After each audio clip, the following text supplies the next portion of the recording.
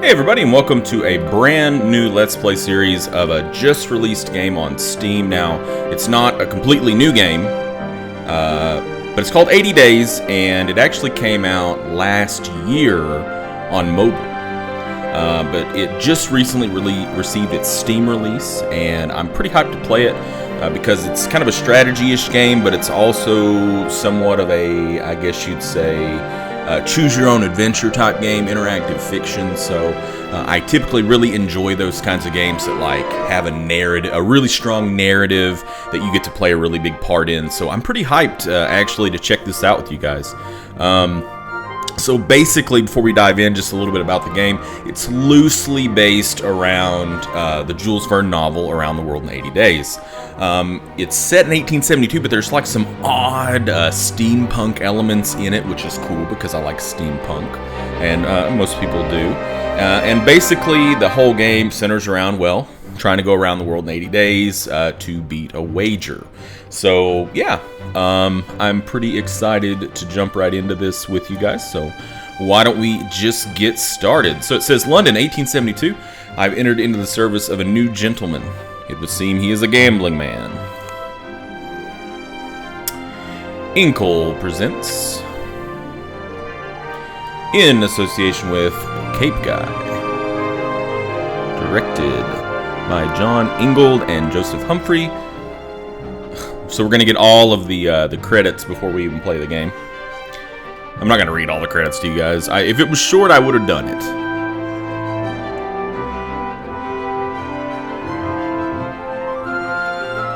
I wonder if we can skip it by clicking.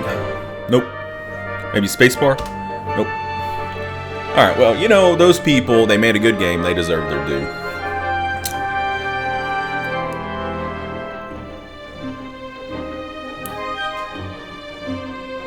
And it is worth, excuse me, it is worth mentioning that I did not play this on mobile. This is a blind play for me. So, yeah, if I make some mistakes and you've played it before, feel free to give me some tips, some hints and things on the video themselves. But be gentle, okay? I'm just a delicate little flower. Alright, so, okay, nothing. Take screenshot, cool. Alright, so we click here to begin. We're in London. London, let's begin. I can't get my sound right.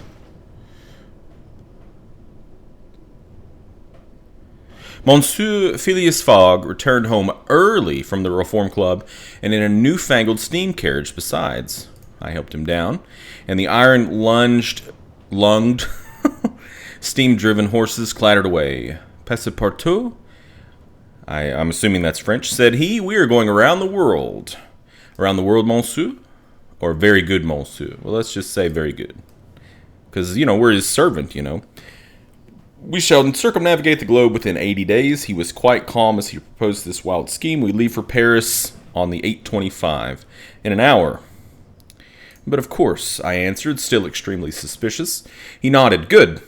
Pack an altimeter and my evening jacket. There's not a moment to waste. You, we're just going to say pass, because my French is not so good. Now have funds. Your character is now dependable. Oh, okay, well. I guess our answers, and now it's really loud. This is going to be a pain in the butt if the game is constantly going to be switching volumes on me. So I guess based on our reactions, okay, we have to act quickly. Oh no, well let's pack. Fogg's part where there was just a moment to seize anything further that I thought might be useful for our long trip. Well, he wants his evening jacket. He wants his altimeter. Sure. Can we take anything else? No. We could get rid of the trousers. We don't need any pants, do we? What's a wax cylinder? Scribe with marks describing a recording of a symphony. It's valuable in Vienna, Paris, and Copenhagen. A deck of 52 playing cards suitable for a whilst drive or two. You know, I think I'm very, very tempted to leave the pants behind, guys. I really am, just because I think it would be really funny to take no trousers. We'll take no trousers, but some playing cards. Yeah, let's do it. We must discover our route as we go onwards. So new routes discovered. So I guess there's kind of like a random element to this game. Things can happen to you just randomly, as you're playing the game, and it can add a lot of variance to the game, which is cool because that means that there is definitely some replay value here. All right, well, onwards. So we've already packed, right? Yes, we have. So let's... okay, let's depart. All right, so Paris, we're on the Amphitrite Express. Let's embark. Departing now, the guard's van has space for 1 suitcase, which will suffice, and it's a bearable option. Okay, well, it's the only option I have, so I guess we're going to take it, right?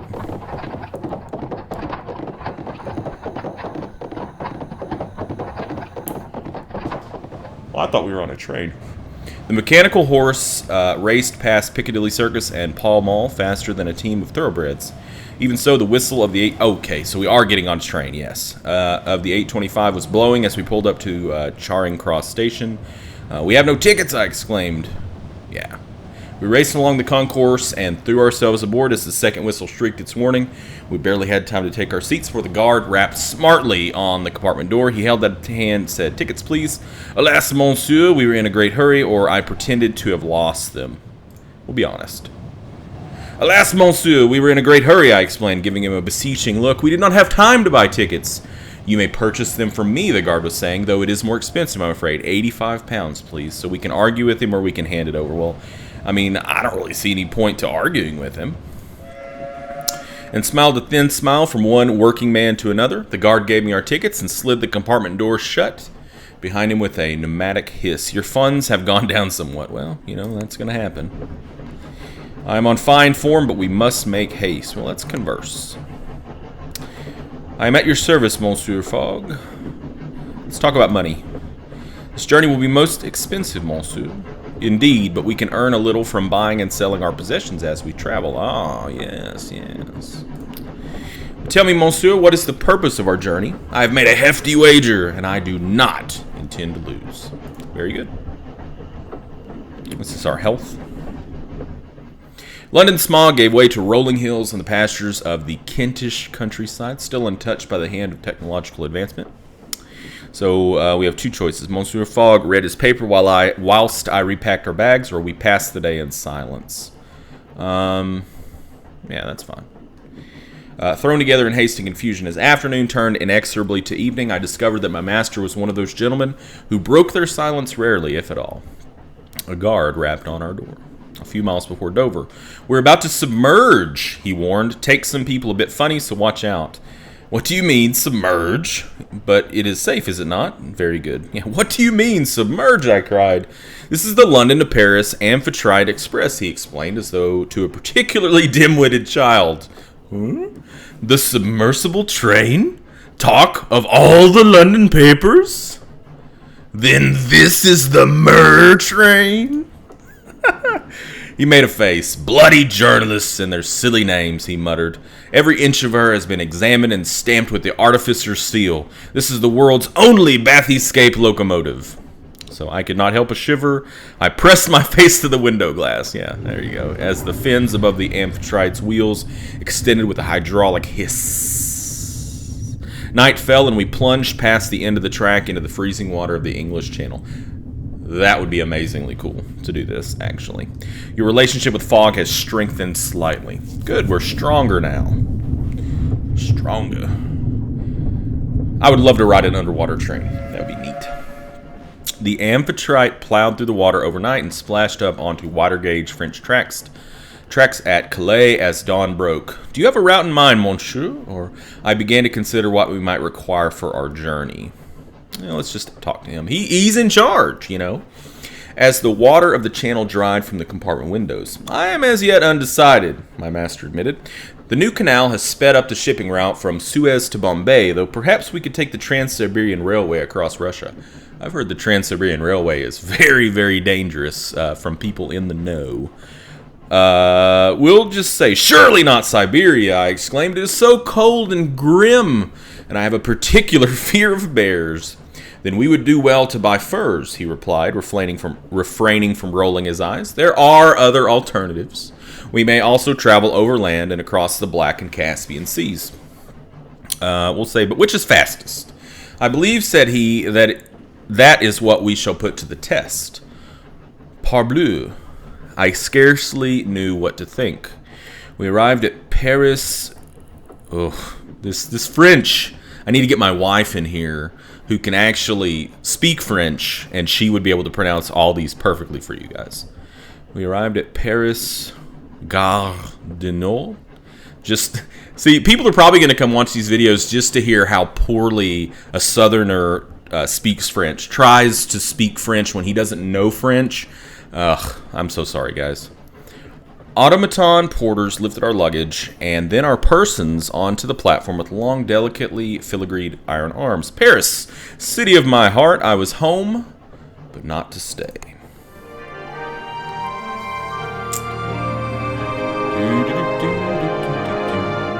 I don't know why it says day 15 there.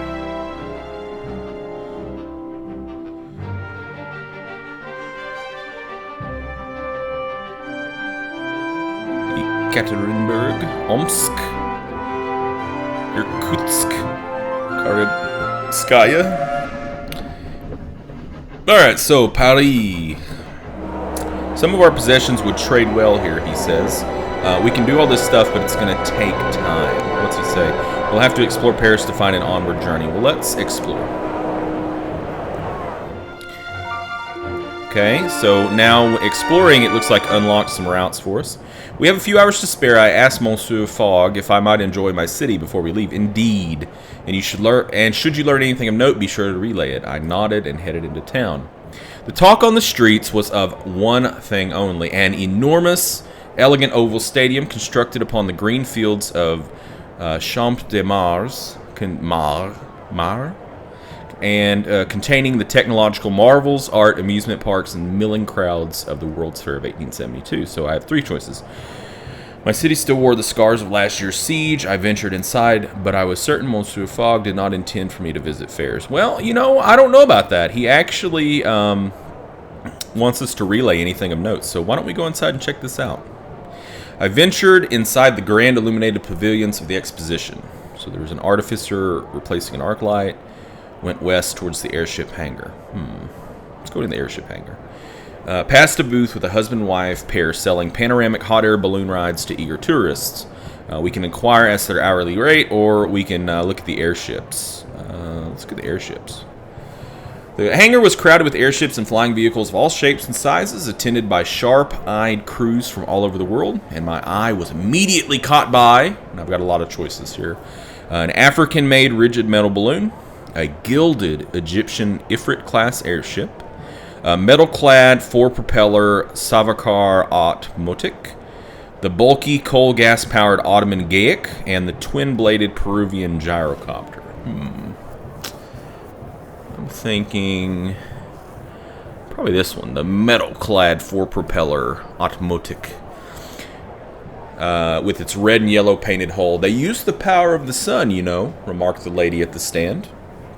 No fuel at all, or it sounds rather like witchcraft. No fuel at all? A little, for takeoff and for emergencies. They have rainy seasons in India, and they don't want their whole fleet grounded. Otmotics such as this sailed the skies of British India, near the Delhi home of their inventor, Amulya Savarkar. Perhaps one day soon, Monsieur Fogg and I would find ourselves flying in such a craft. I returned to the exposition center, my thoughts turning with clouds and engine rotors.